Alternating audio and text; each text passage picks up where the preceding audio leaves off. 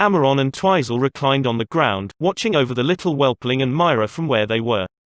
Their sharp dragon eyes were keen and far-sighted, an eagle would have been blind by comparison. They watched as Myra stroked the whelpling as he slept. The two adult dragons glanced at each other. "He loves her, Twizel," Amaron said in his native draconic voice, a series of growls, grunts and snorts that were utterly unintelligible to anyone else but dragons. "I know he does," replied Twizel in the same tongue. "Aren't you worried about his heart being broken?" asked Amaron. "I won't for right now," Twizel replied. "But Twizel," Amaron began. "No, let him have this," Twizel interjected, "this is his first crush. He'll figure out that he can't stay with her sooner or later." "I'm not just worried for him," said Amaron, "I'm more worried what he might do to her." "He would never hurt her," Twizel said assuredly. "I know my son better than you do, Amaron." "He might not hurt her physically," replied Amaron. "If he does anything he'll just make her feel guilty for not being able to be with him." "Such is love," said Twizel with a sigh. "Do you remember your first crush?" asked Amaron suddenly. Twizel's rosy red scales seemed to flush redder at the question. "Wasn't his name Rillian or something like that?" asked Amaron. Twizel didn't answer and looked away. "Yeah, it was Rillian," said Amaron, giving his sister a sly look as he spoke. Twizel continued to look away, her face slowly growing flustered. "I remember how you followed him around everywhere he went," smiled the grey dragon. "You were like a third barb on his tail. He couldn't get rid of you." This made Amaron laugh as he remembered his whelpling days, days that seemed so far and distant now. Twizel growled and snapped her jaws at him, missing him by inches. She bared her large white teeth and hissed menacingly at her brother. Amaron knew better than to ignore the warning of an angry dragoness. He rose to his feet and bounded away from her, his right wing dragging along the ground beside him as he went. When he was out of reach of her wrath, he stopped and looked at his wounded wing. He tried to fold it up against his back, but it ached with each movement. "No flying for me," he thought as he ground his teeth together, "at least not for a few weeks." He turned back towards the bonfire and saw that the Arthurian boys had all gathered around it. They were listening to Crest, who was standing atop one of the log benches so he could be seen. "Our fur has suffered an embarrassment by letting Algar get away," he cried. "Right now every single last member of the Heart Lance's fur is laughing their heads off in Stygian's Festning. They are laughing at us." The boys growled and grumbled at this as Crest continued speaking. "Now I know that all of you are tired from last night's hunt, I am too. But I have a plan that will see us laughing at them before the day is over." "What plan?" asked someone amid the throng. "We lay siege to Stygian's Festning, capture it and take everything in it for ourselves," cried Crest. Half of the boys cheered while the other half gaped disbelievingly up at Crest. "Are you mad?" cried another boy. "We don't have any siege engines, ladders, battering rams, catapults, siege towers. We have none of those things.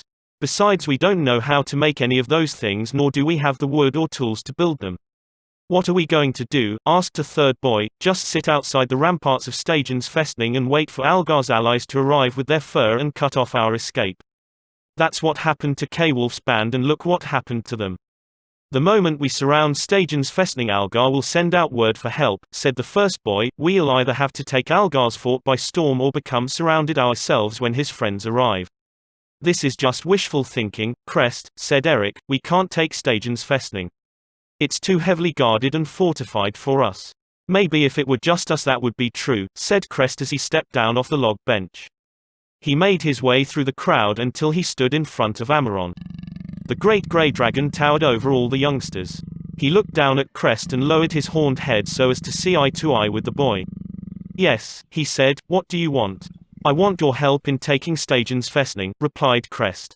Amaron couldn't help but chuckle when he heard this. He reclined on the ground in front of Crest and looked him straight in the eye. "Why should I help you?" he asked as he flexed his claws. "Because I will pay you," replied Crest. "Gold, silver, jewels, anything you want." The bony ridge of Amaron's eyebrow arched at this. He cocked his head to one side as he gazed at the Arthurian boy. "Really?" asked Amaron. "How much are you willing to give me in exchange for my helping you?" "As much as is in my power to give you," replied Crest. "About 20 drekels of each, I should say." "I think that should be enough." Amaron examined his talons as he considered this proposal. The gathered boys looked on and waited for the dragon to decide. Thin wisps of grey-white smoke began to rise from his nostrils as he thought. Finally he made his choice. No, I don't think I'll help you." Why not? Cried Crest. I said I would pay you. I have no use for gold, jewels or silver, replied Amaron. What am I supposed to do with it once I have it? Lay on it like a mattress or something. But in the story of Gillan the Great, began Crest. Gillan may be my 17th great-grandfather, but that is where the similarities end. I am nothing like that Elderbull, interrupted Amaron. Gillan slept on a bed of gold. Yes, that is true, but that gold proved to be his downfall. It was what brought Bio the Bold to his home, and Bio murdered him for it. Bio didn't murder Gillan, pipped up one of the younger boys, a blonde-haired youth of the tribe of Hares. He challenged him to a duel and slew him. Amaron's head turned sharply in his direction, fixing him with his piercing glare. His large amber-colored eyes seemed to smolder like the glowing coals in the heart of the bonfire. Slaying and murdering are one and the same thing, rumbled Amaron. The draconic word for murderer is slayu. Slayu, slayer, murderer, killer. Different words, same meaning. Bio the Bold is counted among the most prolific dragon killers by my kind. But he did challenge him first before he killed him, said the blonde boy. Amaron snorted and laughed for several seconds. With each guffaw the ponies that were grazing nearby whinnied and reared in fright. Bio did challenge Gillan, that is true, chuckled Amaron, but do the stories tell you about how Bio ensured his victory over Gillan by offering him a jar of drugged wine? The boys were silent and shook their heads. By the time the battle started, Gillan was so drunk he could barely keep his eyes open, grunted Amaron, and on top of that he was belching fire with each hiccup. The potion must have been mightily strong if it could dull the senses of an Elderbull. Several of the boys murmured quietly among themselves. They had been told of Bio's adventures since they had been old enough to understand them. They had always been told from the great warrior's perspective and showed Bio to be a worthy and honorable man. But to hear him branded as murderer by Amaron made them wonder if the dragon spoke the truth. I will give Bio the Bold this much, he was certainly crafty and sly. There would have been no other way for him to beat Gillan. Amaron snorted and shook his horned head, causing his dorsal spines to rattle. No, Crest, said Amaron, I will not accept gold in exchange for helping you. My kind has a saying when it comes to it, gold may glitter in the cave but it shines just as well in Gillan's grave. If you won't accept gold, how about animals, suggested Crest. Amaron's ear noticeably perked up at this. You wouldn't have to hunt for your dinner if you had a herd of cattle of your own, Crest continued. You could laze about all day long and when you get hungry you could just go to where they were grazing and pick off the fattest one. Do I look like a cattle rancher to you? Asked Amaron. No you don't, said Crest. How would I care for these cows or bulls or oxen? Asked the dragon. I have nowhere to pen them. Would I let them run free? If so, what would prevent them from running away every time I wanted to eat? We would tend to them. Crest blurted, we would keep them well fed and cared for while you did whatever you wanted to. This idea intrigued Amaron. A thin smile curled his scaly lips at the thought. How many will you give me if I help you? Asked Amaron. I can give you 5 heifers now and 7 more in a few days, replied Crest. Only 12, chuckled the grey dragon. You're aware of how much I can eat in one sitting. That wouldn't last me a month. We can get you more than 12, answered Crest. How about 212? The bony ridge of Amaron's eyebrow arched at this and he licked his large white teeth. Go on, he said, I'm listening. Algar and his fur have stolen quite a lot of cattle over the years, explained Crest. He owns one of the biggest herds among all of the fur. If you help me take over Stagen's Festning, I'll let you take 212 cows for yourself. Will you help me and my fur now? Amaron looked down at the youngsters, his eyes narrowing. He examined his claws for a moment before rising to his feet. He shook his massive bulk and flexed his good wing while his sore one remained partly closed against his back. He lowered his head down to look at Crest and he gave the boy a wickedly sly smile. Which way is Stagen's Festning? He asked, a deep rumble rolling up from inside his barreled chest.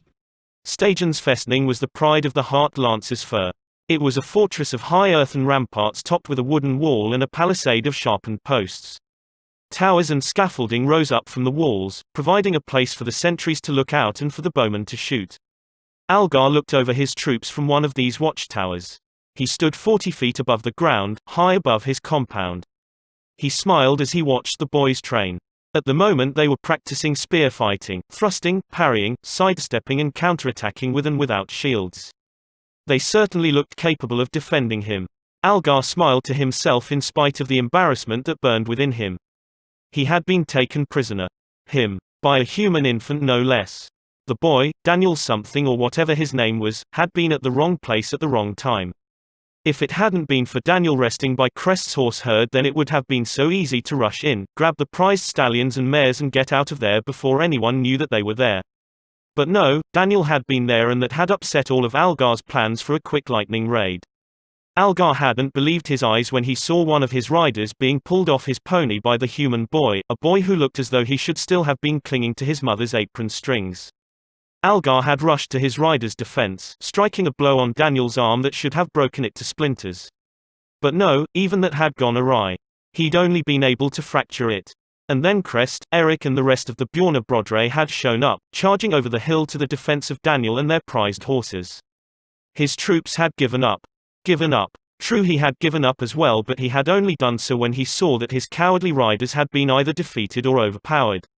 It would have been useless to fight on alone. The smile vanished from Algar's face and was replaced with a scowl as he glared down at his remaining troops. The ones who had been taken prisoner with him were still being held by Crest and his band. Algar fully expected Crest to hold them for ransom, asking double the normal sum in light of his escape. Algar would pay it, in a few weeks or so. He'd let those cowards sweat and rot in chains as punishment for failing him on the raid. Once he felt that his fur mates had suffered enough at the hands of Crest, then and only then would he pay their ransom and take them back. Once they returned, however, he would make them regret surrendering to the Bjorna Brodre. He'd make them dig new latrine pits every day for a month. That'll teach 'em for letting me down, thought Algar as his scowl turned into a grim smile. Are you all right, my lord? Asked a voice from behind. Algar turned to see Alfgeir, his most loyal and trusted friend. Alfgeir had proven his loyalty to Algar time and time again. His latest act of devotion had been to sneak up on Crest and his band while they had been listening to old Aldred's newest story and free his master. What's more, he had done this thing all on his own. Alfgeir was as brave as he was loyal, and Algar knew it. I'm all right, Alfgeir, replied Algar, turning to face his friend. Alfgeir was a member of the tribe of hares and wore the grey mail and tunic to show it. He had the round and kind face that was common among his tribe, but instead of the light brown hair of his people, Alfgeir's hair was far lighter, almost white. And there was another thing that set him apart from the rest: his eyes didn't match. One was blue and the other was green. This had marked him as a pariah among several of the boys. They called him Freak and Evil Eyes behind his back and even to his face on more than one occasion. Alfgeir had grown used to their taunts over the centuries that he had been alive, and he didn't let them bother him. His friend Algar, on the other hand, would fly into a rage whenever he overheard one of the boys call him those things. He would challenge the offender to a duel and then beat the offender senseless with either his bare hands or his wooden card sword. Then Algar would place the battered and bloodied boy into the stocks, where he would stay, sometimes for days, until he apologized for insulting Alfgeir. One such offender was currently enduring his 8th day in the stocks. He was a proud boy who had nearly beaten Algar in their duel but had ultimately been defeated by his enraged fur leader. Alfgeir stepped closer and offered Algar a drink from his flask. You seemed upset, he noted as his master took the bottle and drank from it. You would be too if you had been humiliated by your chief rival, spat Algar, handing back the flask. It can't have been easy for you, said Alfgeir. It certainly wasn't, Algar replied, turning to look out over his troops. How long until you ask for the return of the others? Alfgeir asked. I will ask when I feel like it, replied Algar, his fingers curling into fists. Algar, began Alfgeir. They gave up on me, cried Algar, turning to face Alfgeir. When I needed them most, they threw down their arms and surrendered. From what I understand, you were surrounded and outnumbered by at least 2 to 1, offered Alfgeir. We could have fought our way out if only they hadn't given up, snarled Algar, stamping his booted feet on the tower's platform. But they did give up and you were taken by Crest and his band, replied Alfgeir. You sometimes forget that not everyone is as brave and as daring as you, my dear friend. Algar had to admit that Alfgeir had a point there.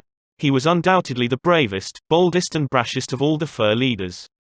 His victories far outnumbered his defeats, and his fur was by far the strongest of them all.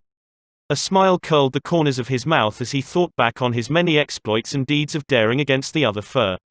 You're right, Alfgeir, said Algar, there are very few who are as strong as me. You may be strong, thought Alfgeir, but you lack the discipline to use it wisely.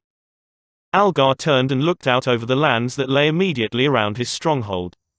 The ground had been tilled and planted with wheat, corn and barley. The vast golden fields flowed and bowed like the waves of the sea, or so Algar had been told. He had never seen the sea before. It would soon be time to harvest the bountiful crop. Algar estimated that the section of field that he was currently looking at would, at the very least, yield around 30,000 bushels. He smiled as he thought of the reaping. He and his men had planted the seed several months ago and it had been hot and hard work. When it came time to cut the grain he would make his prisoners do it. Algar had taken many prisoners from the other fur and many of them hadn't been able to secure their release for a plethora of reasons. Sometimes the ransom price was far too high. Sometimes the prisoner's fur had just dealt the Heart Lancers a defeat. At which time it was necessary to withhold the prisoner to teach the offending fur a lesson.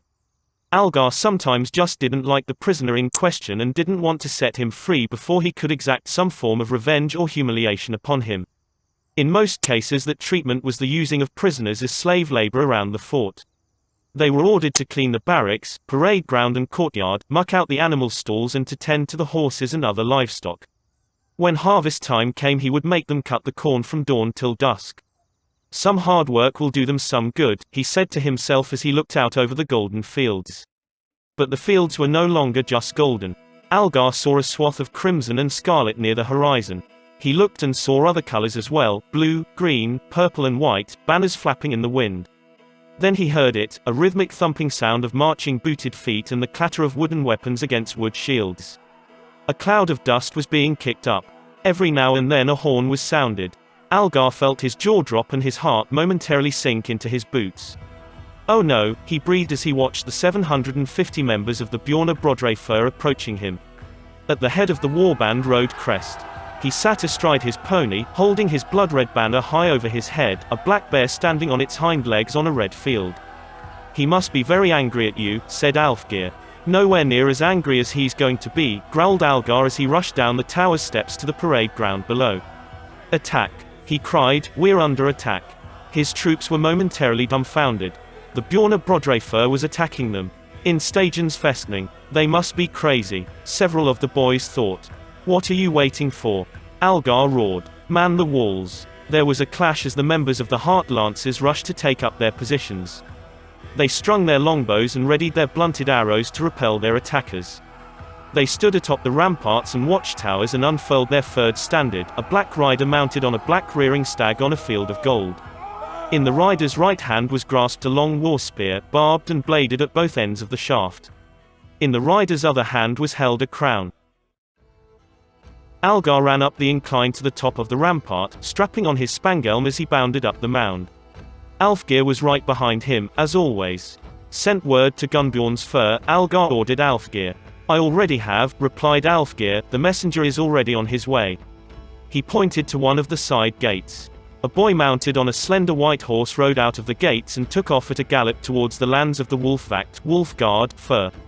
Gunnbjorn was Algar's only ally among the other fur leaders. The boys' territories butted up against each other and their shared border was a long one.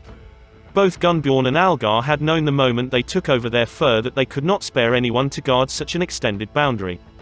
They had been forced into an alliance of convenience, promising not to attack the other and to come to the other's aid in time of need. We just need to hold them off for a single day until Gunnbjorn gets here, said Algar. Let's hope that he's in a cooperative mood today, said Alfgeir. The members of the Bjorna Brodre took up their position just out of bowshot 200 yards away from the earthen ramparts. Every last one of Crest's warriors wore a red armband on both arms to show everyone which fur they belonged to. Since the fur were not segregated along tribal lines, all the fur were composed of a mixture from all 9 tribes. Crest belonged to the tribe of bears and thus his fur's color was red. Algar was part of the tribe of stags, which meant that his standard was yellow and gold. The members of the Bjorna Brodre stood perfectly silent, interlocking their rounded and kite shields in front of them to form a shield wall. Myra, Tilla and Asa were watching from atop a nearby hill. They sat astride their ponies and waited to see what would happen next. The little whelpling stood close by, too close for the comfort of Myra's white pony, Bayaz. The little white mare snorted and stamped nervously each time the young dragon looked in her direction. Of course the whelpling wasn't looking at the foal, he couldn't care less about it. He was gazing up at his Myra, watching her to see what she would do next. He'd follow her anywhere. He chirped at her and smiled a sharp toothy smile. Bayaz whinnied in fright. Easy girl, easy, cried Myra as the pony reared up, lashing out with its little hoofs at the whelpling. Myra regained control over Bayaz and stroked her neck, soothing her. It's all right Bayaz, she whispered in the foal's ear, Scrap's not going to hurt you. As she said this she gave the whelpling a look that told him to keep his distance. The pony snorted and tossed her head. Can you see where Daniel is? Asked Asa. He's over there, said Tiller, pointing to the frontmost ranks of the shield wall. Which one is he? Said Asa, I can't tell them apart. That's because you're not Arthurian, laughed Tiller, I can tell which one he is. He's the one standing near the standard bearer, second from the left. Can you see him now? Both Myra and Asa looked and saw the armor-clad boy that Tiller was referring to. He wasn't wearing any brightly colored tunics like the other boys, but he seemed to be very tense. He looks nervous, noted Asa. Well, you would be too if you were about to fight your first battle, said Tiller. The little whelpling chirped in agreement. What do you know about battles and fighting? Asa said to the whelpling, you've never been in one, have you? The young dragon growled at Asa, baring his sharp teeth and snorting out jets of smoke and steam through his nostrils. I wouldn't be too sure Asa, warned Myra, back in the Agro-Caelestes I've seen dragons of all ages fight each other. From whelplings to drakes to full-grown bulls. Scrap probably knows more about fighting than you do. The whelpling puffed out his chest and stood a little taller at hearing this. He smiled smugly at Asa with a cheeky look in his eye. Asa rolled his eyes at the whelpling and looked back to see what was happening. Crest was riding through the golden wheat fields towards the ramparts of Stygian's Festning, holding his red standard high over his head. Next to him rode Eric, who had a white rag tied to the end of his wooden sword to serve as a flag of truce. Within a few moments they were directly in front of the wooden walls. Algar looked down from his high perch on the watchtower and scowled ruefully at them. What do you want, Crest? He barked. Your immediate and total surrender would be nice, Crest replied. What? Laughed Algar, you expect me to give up just like that? I do, replied Crest, because if you don't, I'll be forced to take Stygian's Festning by storm. By storm, echoed Algar, almost unable to believe Crest's arrogance. You must be either mad from the heat or from exhaustion during last night's hunt that I led you on. Yes, I am somewhat tired from the chase, admitted Crest. By the way, you stole my horse during your escape. Mine too, added Eric, glaring hard at Alfgeir who stood next to Algar. I did, didn't I, said Algar, and what magnificent steeds they are. I want them back, Algar, demanded Crest. Is that why you brought your whole fur with you, asked Algar, to get your horses back? They must be more valuable than I first thought. Maybe I should trade them to Gunbjorn as a favor. He'd love to have such fine chargers added to his herd. We didn't come for the nags, growled Eric. Oh, then why did you invade my territory and trespass on my land, asked Algar. We intend to take Stygian's Festning for ourselves, replied Crest. Algar laughed, a long deep laugh. Go away little teddy bear and bother somebody else, he said after he regained control of himself. You'll not get past my walls today or any other day. Are you so certain about that, asked Crest, smiling.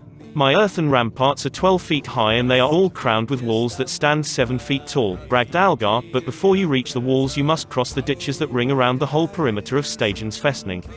And if by some miracle you do get over the walls or past the gatehouse you will find yourself in a sealed bailey. You would have to fight your way through several such baileys before you reach the central motte. My keep has never fallen and will never fall. You will regret saying such a boast before the day is over, warned Crest. I will not, answered Algar, I've already sent word to Gunbjorn. He should be getting my message in about 2 hours or so. Once he does he'll rally his fur and come here. If you haven't left by the time he gets here you'll be both outnumbered and outmaneuvered. Remember what happened to K-Wolf and his band. We will not suffer any such defeat as he did, said Eric. This is your last chance, Algar, warned Crest, surrender now and I'll let you keep half of your treasures and provisions. Never, shouted Algar, I'll never surrender to the likes of you, Crest. You're a low-born, a peasant, no better than the beasts you tend to. I'm high-born, a noble, I can trace my family line all the way back to the dawning days. Can you do the same? Can you even tell me who your grandfathers were? Do you even know the names of your grandmothers? Can you tell me what battles your ancestors fought in or what lands they ruled? Were they troll hunters, giant slayers? No, you can't tell me these things because you don't even know yourself. Pathetic. Algar spat in disgust, missing Crest by mere inches. Crest looked up at Algar and, much to Algar's surprise, smiled. "I was hoping that you wouldn't give up," he said as his smile broadened. "I want to see the look on your face when I tear down your banner and replace it with my own. Before this day is over, Stagensfestning will be mine and you'll be locked up in your own dungeon." "Bugger off, you wretched little peasant," shouted Algar. Crest looked at Eric, shrugged and wheeled his pony around to go. "You're in for the shock of your life, Algar," laughed Eric, turning to join Crest. "Keep going until you're out of my territory," Algar shouted after them. Suddenly he felt Alfgeir grab him by the arm. His grip was so strong that he could feel it through both his mail and padded gambeson. "All wise preserve us," he cried. "Look." Algar looked to where his friend was pointing and felt his heart stop beating. His face went pale, ghostly pale, and his jaw hung limply open in sheer disbelief. Lumbering into view, his long horns glistening black in the sunlight, was Amaron. "That's not fair," breathed Algar, "they've got the dragon with them." He looked down at Crest and Eric, who were now a fair distance away from the ramparts. "That's not fair," Algar screamed after them. Both Crest and Eric doubled over in laughter. Their whole fur began howling in delight as Amaron strode towards Stagensfestning. A low deep growl rumbled up from inside the dragon's barreled chest. "Now that you've had your talk with Crest, it's my turn to ask for your surrender," said Amaron. As he spoke he pulled back his scaly lips, revealing his large white teeth. "Why are you working for them?" asked Alfgeir, his face ashen grey. "Because they asked me," replied Amaron. "Now, are you going to open the gates for them or must you force me to act?" The boys manning the ramparts visibly shrunk at this. Many of them dropped their wooden arms and cast off their helmets. Their faces were downcast, defeated. They were proud boys, like all other Arthurians, but they were not so proud as to think that they could face a dragon head-on and hope to win. Half of the defenders of Stagensfestning surrendered within the first moments of seeing Amaron lumbering up towards them. "Cheater," whimpered Algar, leaning heavily on the tower's railing. "Crest's a cheater." "Well," said Amaron, "are you going to open the gates or not?" Algar felt as though a mountain had been dropped on his head. This wasn't fair. Not fair at all. Crest was cheating. The Fur were forbidden from dragging adults into their affairs, those were the rules. Granted, Amaron was a dragon, but he was an adult. This counted as cheating as far as Algar was concerned. "No!" screamed Algar as he threw his wooden card sword at Amaron. It bounced off his snout and fell useless to the ground. Amaron looked down at the twig and smirked. He kicked it slightly with his middle toe and shook his head. "You'll have to do better than all." As Amaron looked up, something struck him under his right eye. The impact was sudden and heavy. Amaron staggered back, his hand covering his face. Then his finger brushed up against something. Something was sticking out from under his eye. He took hold of it between his thumb and forefinger and plucked out one of the training arrows used by the Fur, only this one had had its bulging blunted head broken off. Amaron looked towards the watchtower and saw Algar holding a longbow. The boy drew out another blunted arrow from a quiver on his belt and broke off the blunted head. Fitting it to the string, he drew back the arrow and loosed it at Amaron. This time it glanced off his armored head. Amaron scoffed. "The boy is desperate for sure," he thought as he growled at him. "Very well," he snarled, "so much for negotiations." He rose to his full height and bellowed. The sound of his roar rang the ears of everyone for miles. He lowered his horned head and charged towards the gate. Algar shot as fast as he could, breaking off the blunted head before he loosed them at the bull dragon. It was useless. The arrow splintered off the dragon's armored hide. Amaron turned the gates to matchwood. He stood in the courtyard and towered over the boys who were gathered there. "I believe that you were surrendering to me," sneered Amaron. The boys dropped their arms and threw up their hands. They had more sense than their Fur leader, who was currently screaming at them to defend Stagensfestning to their last breath. "Worms. Toads. Faithless swine," howled Algar, his face flushed red. "Defend your master. Defend your home. Drive off this lizard." Amaron snapped his head around towards Algar and roared. "I may have scales and fangs, but I am not a lizard," he shouted as he picked up Algar by the scruff of his neck. The dragon lifted Algar up off the platform and held him high over his horned head. "Listen to me, you pathetic little brat," he snarled. "You think you're so high and mighty because of who your ancestors were. You say your blood is noble. Ha! If you're one of the highborn, then I must be a lizard. You act like a common brigand and a bully. And you say Crest is cheating.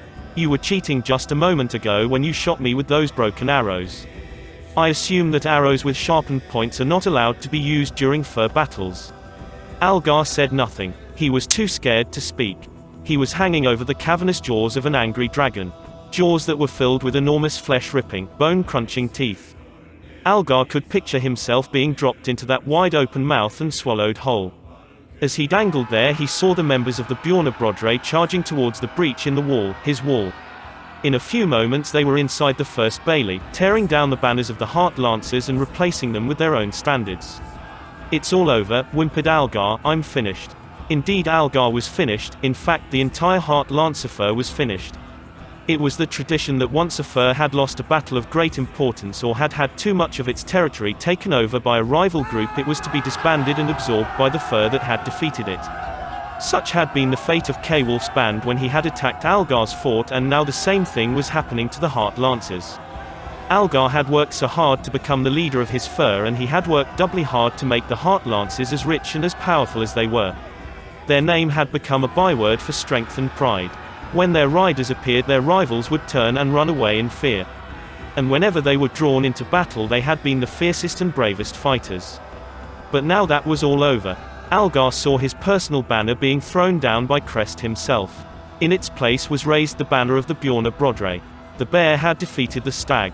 No more would Algar lead his men to victory after victory. He began to cry as the realization set in. "I lost," he whimpered over and over again, "I lost." The members of the Bjorna Brodre cheered. Stygian's Festning was theirs. The defeated former members of the Heart Lancers bowed their heads in shame of defeat. Alfgeir looked down from the watchtower and saw the end of an era. For nearly 500 years the Bjorna Brodre and the Heart Lancers had been the bitterest of rivals, but now one was being absorbed by the other, ending the long-standing feud between them. "So ends the saga of the bear and the stag," he said to himself as the victors continued to cheer.